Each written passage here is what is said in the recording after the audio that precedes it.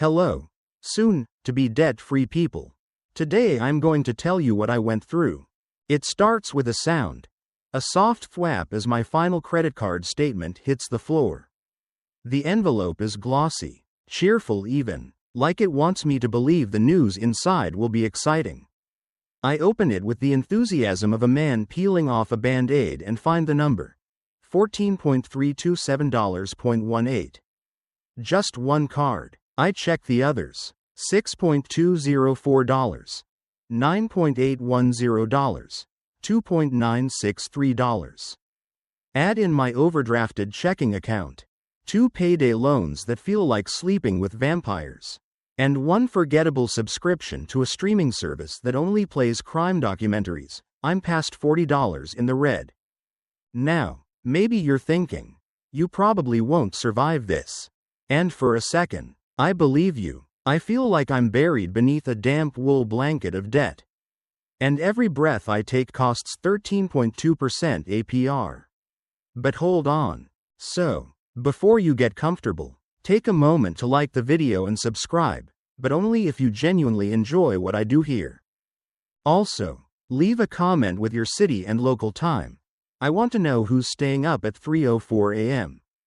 listening to a stranger talk about bounced rent checks. Now listen carefully to each word of the following sentence, because it will help you get out of debt immediately. It all starts the day I run out of gas. Literally, I'm parked on the side of a 4-lane road, hazards blinking, trying to remember which of my cards might still have $5 of credit left. I check the balance on my phone. One card has 41 cents. Another is over the limit. I remember this detail with the same clarity most people reserve for their wedding day.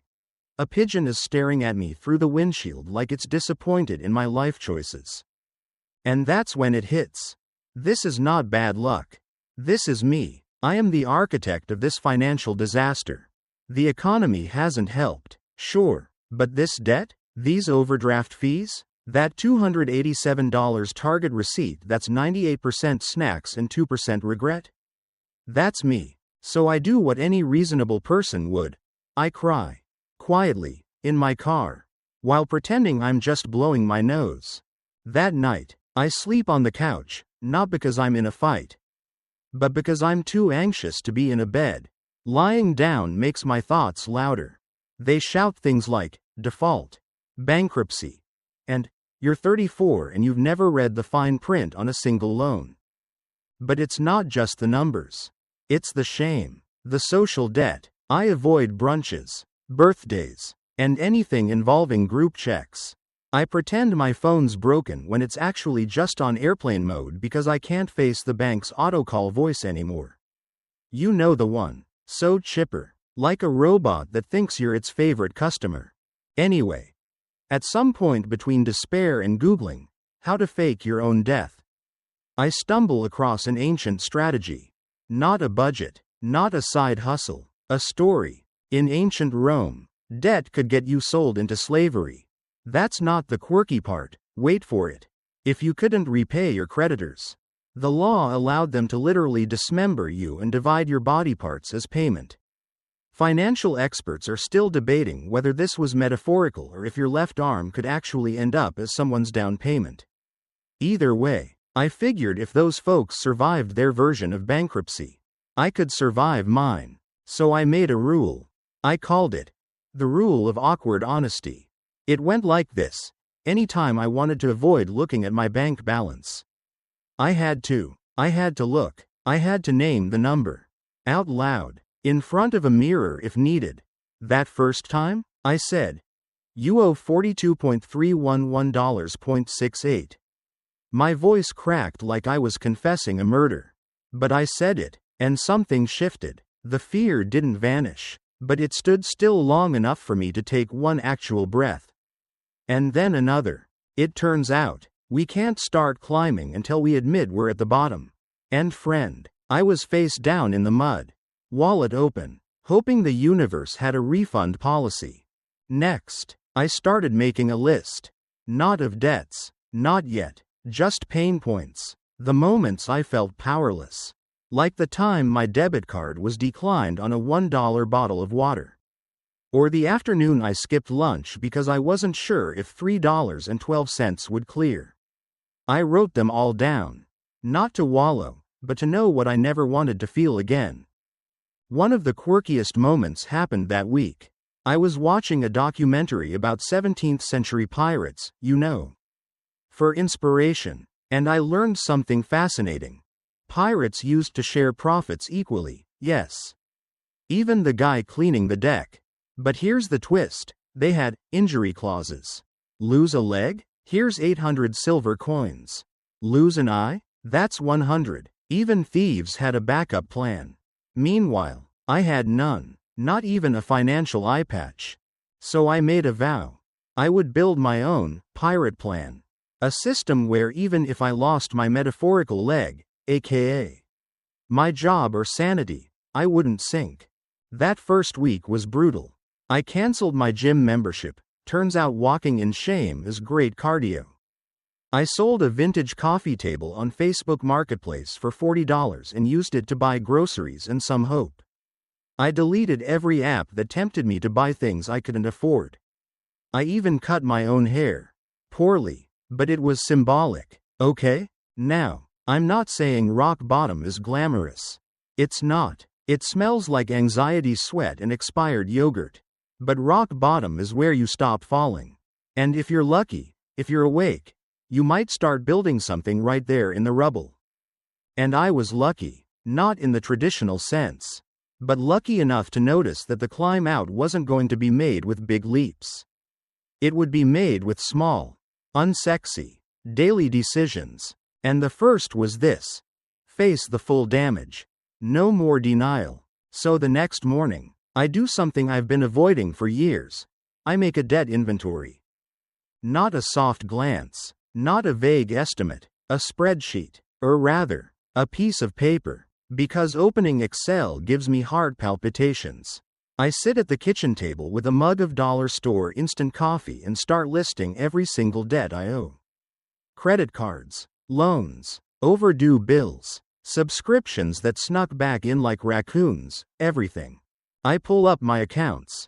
Some require password resets because I've been ignoring them that long.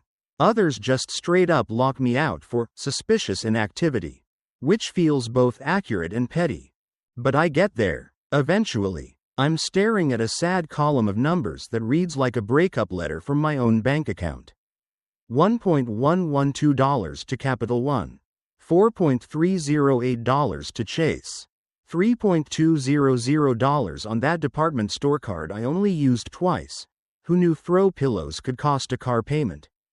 A $980 utility balance I forgot existed. 2 payday loans I want to pretend are fictional. And the worst part? I still don't remember what half of this debt even bought me. I total it up again. $42.311.68. Seeing the whole number makes my stomach turn. And yet, also, calm? Because now it's not a monster in the dark. It's just a really mean number on a piece of paper. I draw a thick black line under the total. Like I'm signing a contract. It's official. This is the number I'm going to beat. That's when I remember something from a documentary I half-watched in college. During the Great Depression, people used something called scrip, basically homemade money, when actual currency was scarce. Local governments, businesses, even barbershops printed it. You'd trade hours of labor or goods for these temporary dollars. No one had much, but they figured out how to work with what they had. And that's when it hits me. Debt freedom isn't about having more money, it's about knowing exactly where your money is. So I break it all down into categories.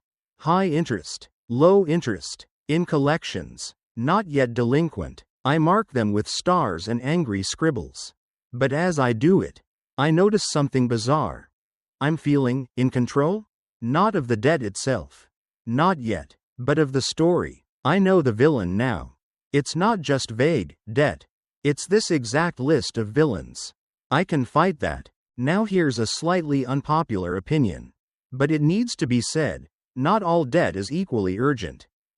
Some debt is bleeding you dry. That's your credit cards with 25% interest. The payday loans that threaten to eat your soul. The car loan with the fine print that adds $80 a month for optional insurance you never asked for. That's the kind that grows while you sleep.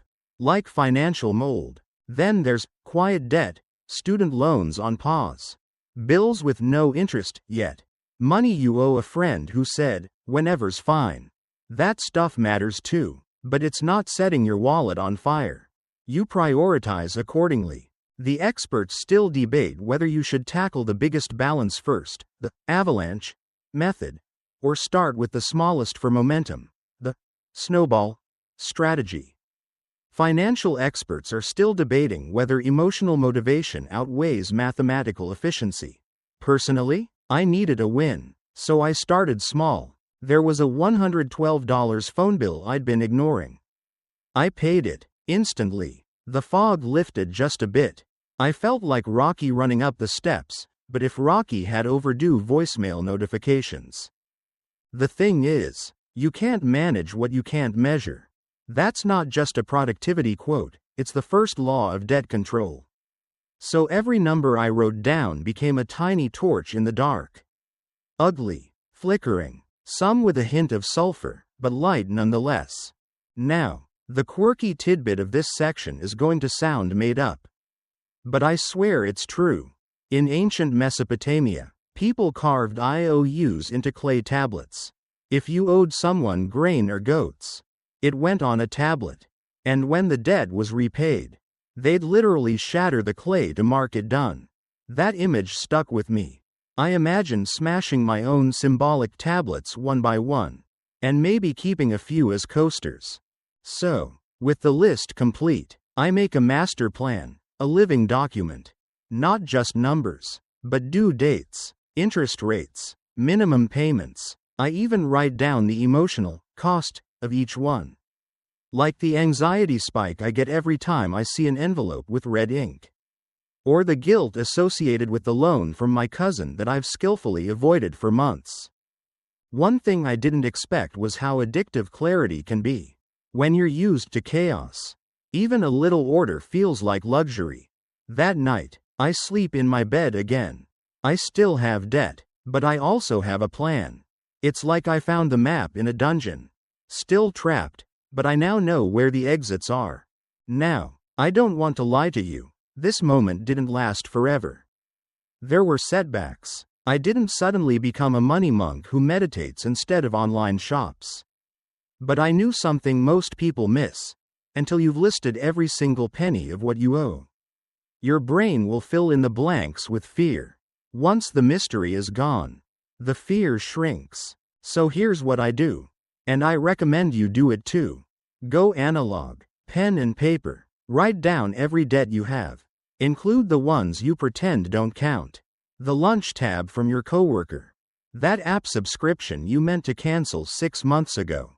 Get honest. Get brutal. Get free.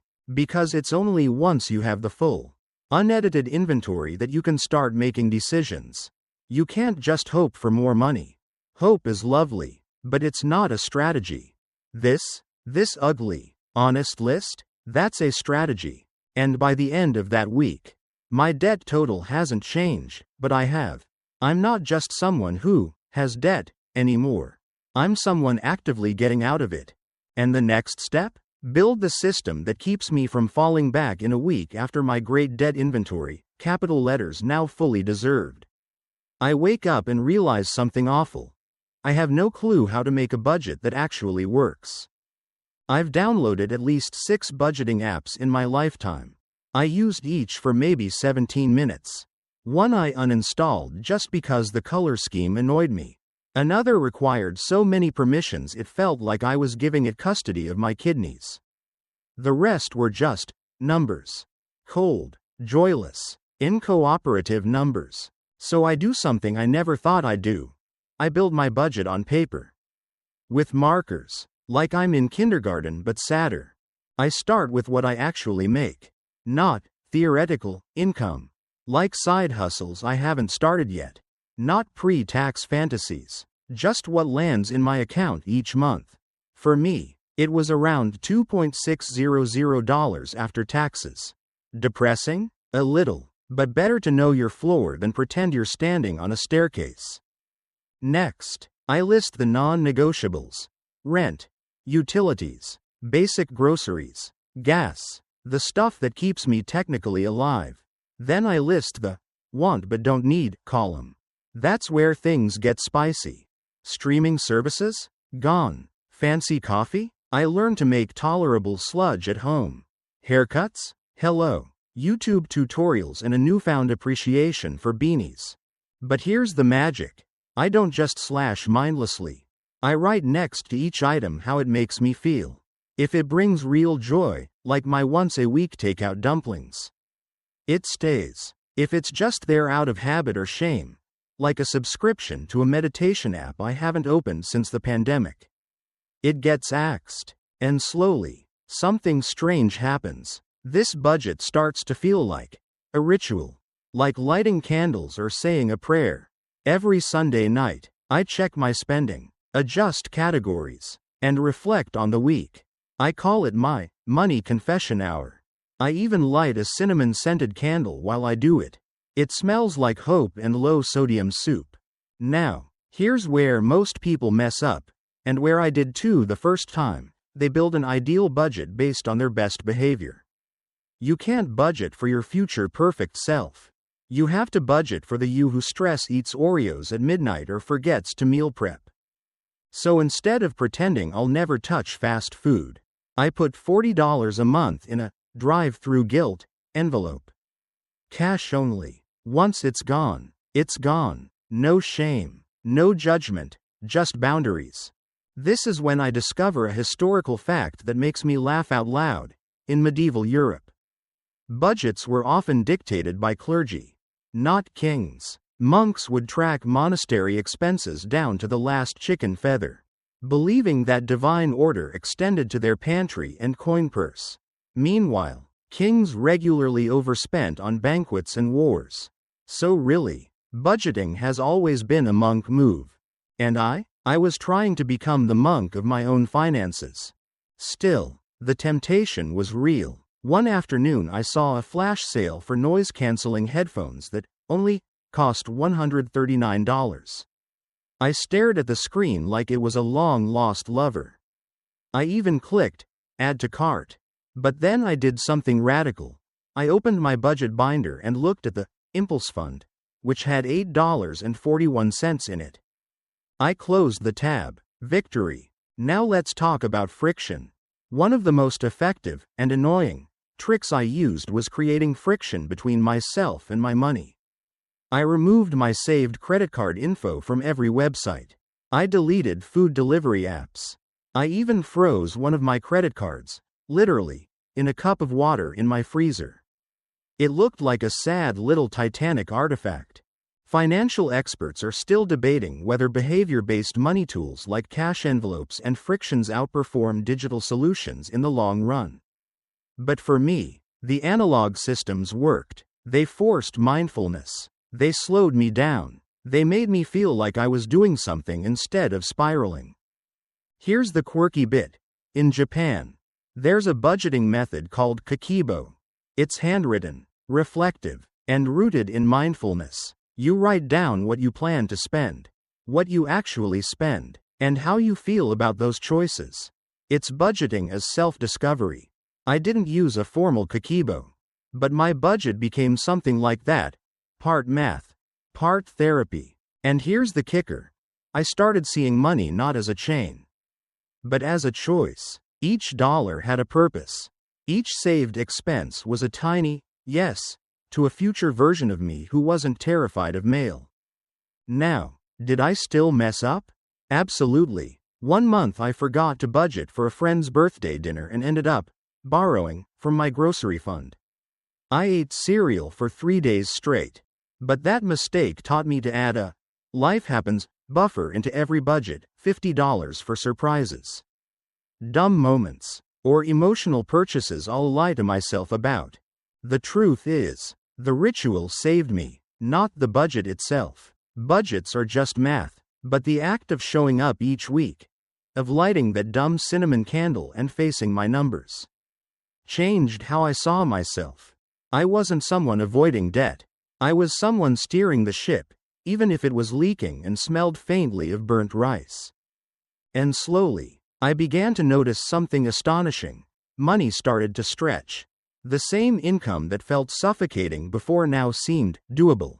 Not luxurious, but livable. I started putting $10 here, $25 there, toward debt. Each small win was a dopamine hit, like finding a crumpled $5 in an old coat pocket. Except the coat was my soul. So, if you're wondering where to start your own ritual, start small. Light a candle, make a cup of tea, open your bank app like it's a haunted house, nervously, but with purpose, and write everything down. Don't hide from the numbers. Invite them in, make peace with them, because once you give your money a job, it stops causing trouble, and once you build a system that respects who you really are, not who you wish you were, you can actually stick with it. And with that system in place, I'm finally ready to face the people I've been avoiding, the ones who own the debt I owe. So here we are. I've mapped out the financial battlefield, built a budget that doesn't require divine intervention, and somehow resisted the lure of limited-time headphone deals. Now comes the part one used to dread the most, talking to people I owe money to. The creditors, the collectors, the customer service reps who speak in rehearsed pleasantries but sound one broken promise away from snapping. Let's be clear. I am not, by nature, confrontational. I once apologized to a pigeon for walking too close.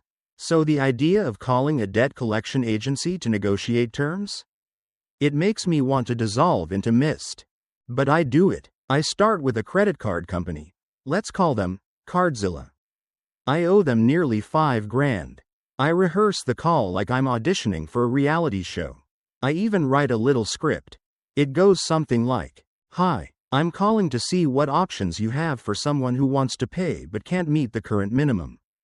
The first representative transfers me. Then again. Eventually, I land on someone with a calming voice named Deborah, who sounds like she's seen things. And to my surprise, she doesn't laugh. She doesn't scold. She walks me through a hardship program that lowers my interest rate to 7% for 12 months. My payment drops by nearly $90 a month. I nearly cry again, but this time, from relief. And here's what nobody tells you. Creditors want their money back. That's it. They're not interested in ruining you.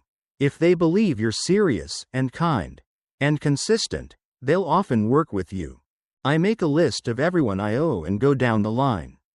For the loan sharks, okay. Payday lenders, I ask for a payment pause. For the credit union where I've had an account since college, I ask for a consolidation plan. One representative even gives me a tip if I close the credit card. They'll drop the interest even further. I do it. One less temptation, one less open loop, and slowly, the chaos starts to arrange itself into something resembling order. My average monthly minimums drop. My anxiety dips below DEFCON 2. And most importantly, I realize something groundbreaking. Asking for help isn't weakness, it's strategy. Now, it wasn't all smooth sailing. One collector was a jerk. The kind of guy who sounds like he's chewing gum while reading your file aloud. I stayed calm. I took notes. I told him I was recording the call. He hung up. I called back the next day and got someone else. Win. A fun historical fact I learned during this gauntlet of awkward phone calls. In 18th century England, debtors could be imprisoned, literally. They'd be tossed into debtors' prisons until someone paid their way out. But here's the twist. Some prisoners ran businesses inside the jail to earn enough to buy their freedom. That's right, jail-based entrepreneurs. One guy opened a coffee stand in the courtyard. Another sold art. So, if those folks could make lemonade behind literal bars, I could handle a few phone calls. Then came the negotiations that mattered more than money, the personal ones. I called my cousin, the one who spotted me $500 2 years ago. The one I ghosted. I apologized. I didn't make excuses. I told her I didn't forget. I told her I was fixing things. She cried. I cried. She told me to pay her back whenever. No pressure. But I set a date anyway. And I added her to the top of my repayment list. And here's where I realized another crucial truth. Debt is emotional. It's not just about dollars. It's about trust, guilt, shame, forgiveness. That emotional debt can weigh heavier than your interest rate. I made a rule. If I owed someone personally, I'd pay them first, even if the amount was smaller. Because restoring relationships mattered more than trimming credit scores. Now, speaking of credit scores, mine was a disaster. Like, the kind of number that gets flagged as a possible prank. But after those calls, those new agreements, something amazing happened. It started climbing. Slowly, like a turtle doing yoga. But climbing. Financial experts are still debating whether debt settlement programs are better or worse than direct negotiations. But in my case, talking to humans, one-on-one, did more for my peace of mind than any agency ever could. Now for a quirky tidbit. In ancient China, debt contracts were written on bamboo strips and bound with string. The string's color indicated the debt type: red for urgent, blue for noble, green for friendship loans. I imagined my own debts as little scrolls with colored string. Some burning red, others gentle green. I wanted to untie them all. This section wouldn't be complete without mentioning rent. My landlord was next. I'd never missed a payment. But I was always late. I called him up, explained my situation, offered to prepay 2 months in advance in small installments if he'd waive late fees. He agreed. It wasn't even a hard conversation. He told me about a tenant who once offered to paint the stairwell in exchange for rent credit. I did not offer that. I can barely color inside the lines. Here's a tip. When negotiating, don't ask for pity, ask for partnership. People respond better when you say, "Here's what I can do. Can we work together?" than when you just beg for leniency. I also started sending confirmation emails after every agreement. Because if there's one thing I learned, it's this. Get everything in writing. Even when people seem kind. Don't rely on memory. Paper trails are your lifelines in financial quicksand. And most importantly, I stopped ghosting. Every email got a reply. Every voicemail got returned, even if all I could say was, "I don't have it yet." But here's the plan. That built trust. It calmed everyone down, including me. By the end of that month, I had negotiated payment plans for 5 out of 7 major debts. My monthly load dropped by $250. My credit stopped hemorrhaging, and I began to feel, dare I say it, hopeful? Was I out of debt yet? Not even close. But I was in control. And that feeling, after months of drowning, was like standing on a raft in the sun. But as I'd learn next, staying afloat is only half the battle.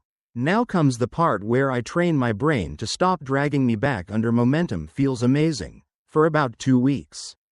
I'm riding high. Creditors are calm. My budget is working. I've even started using my library card like it's a VIP pass. Which, let's be honest, it totally is. But then, life. First, my car battery dies. Then a friend invites me to a destination wedding. And my brain has the audacity to whisper, "You deserve this." And suddenly, all my carefully stacked financial dominoes look very, very wobbly. So let me tell you the truth nobody likes to advertise.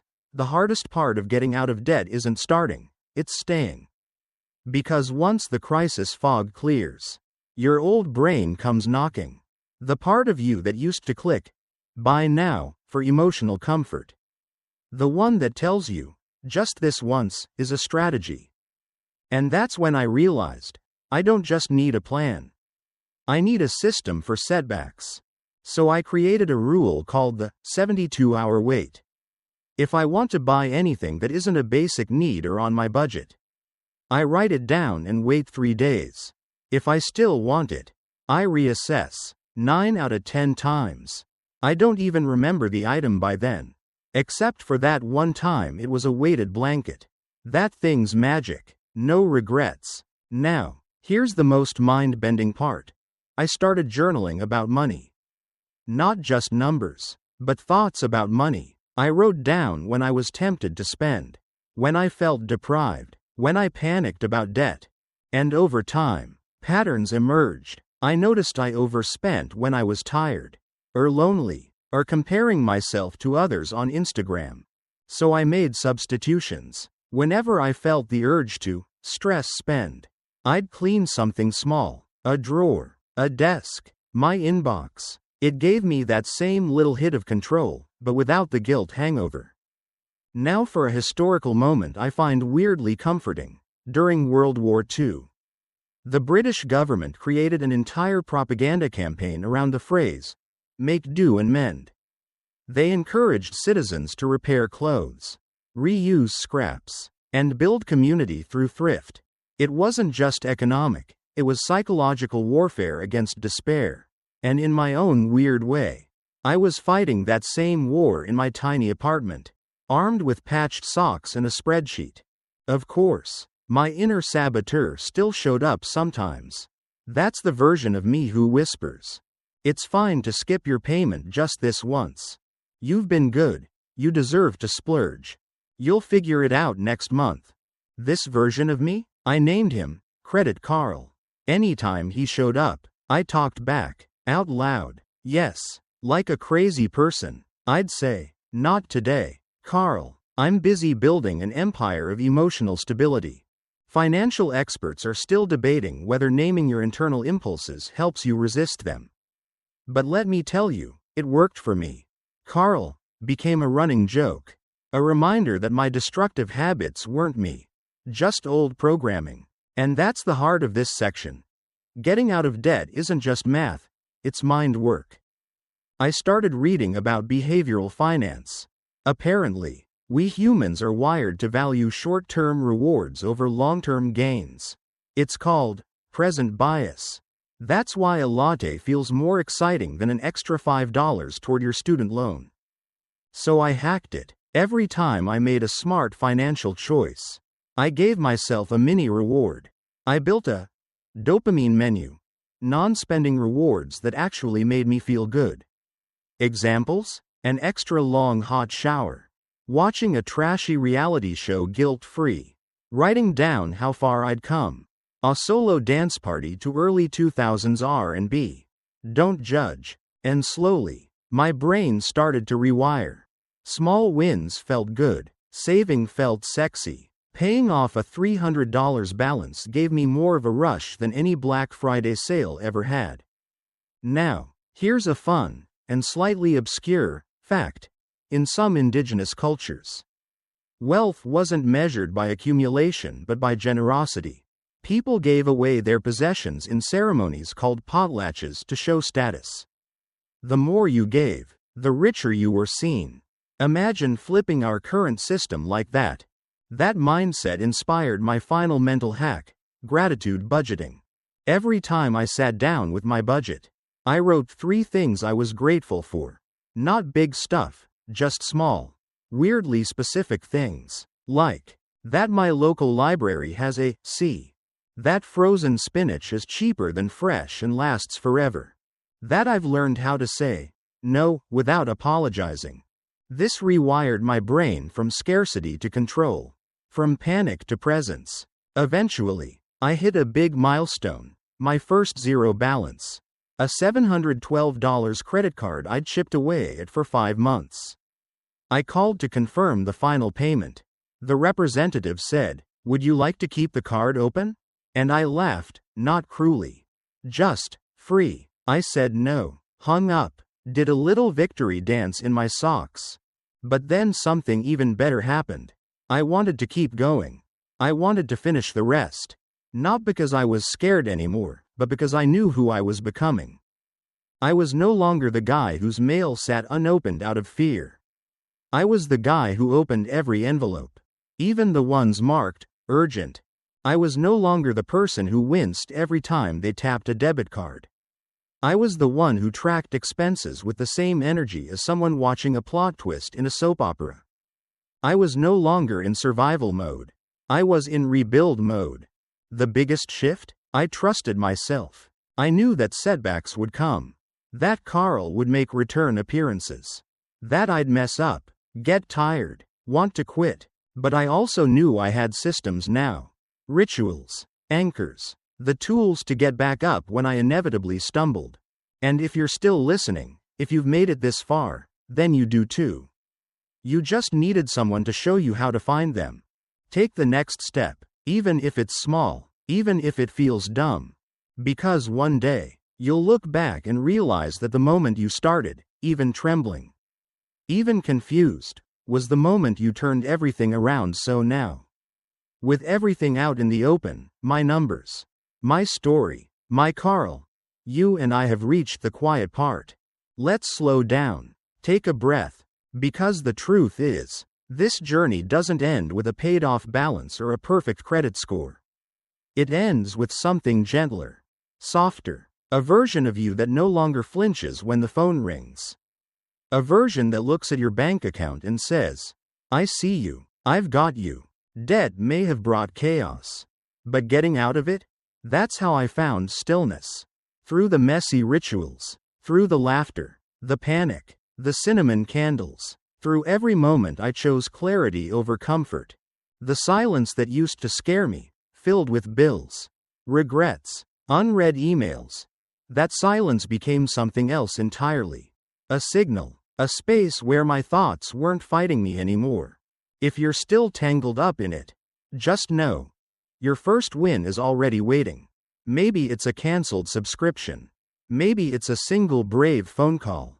Maybe it's just writing the number down and not looking away. Whatever it is, do it slowly.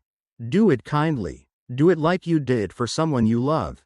Because you should. And when you mess up, you will.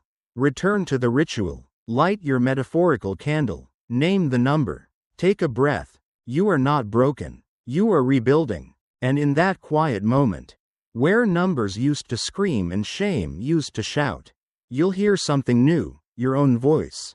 Calm, steady, free.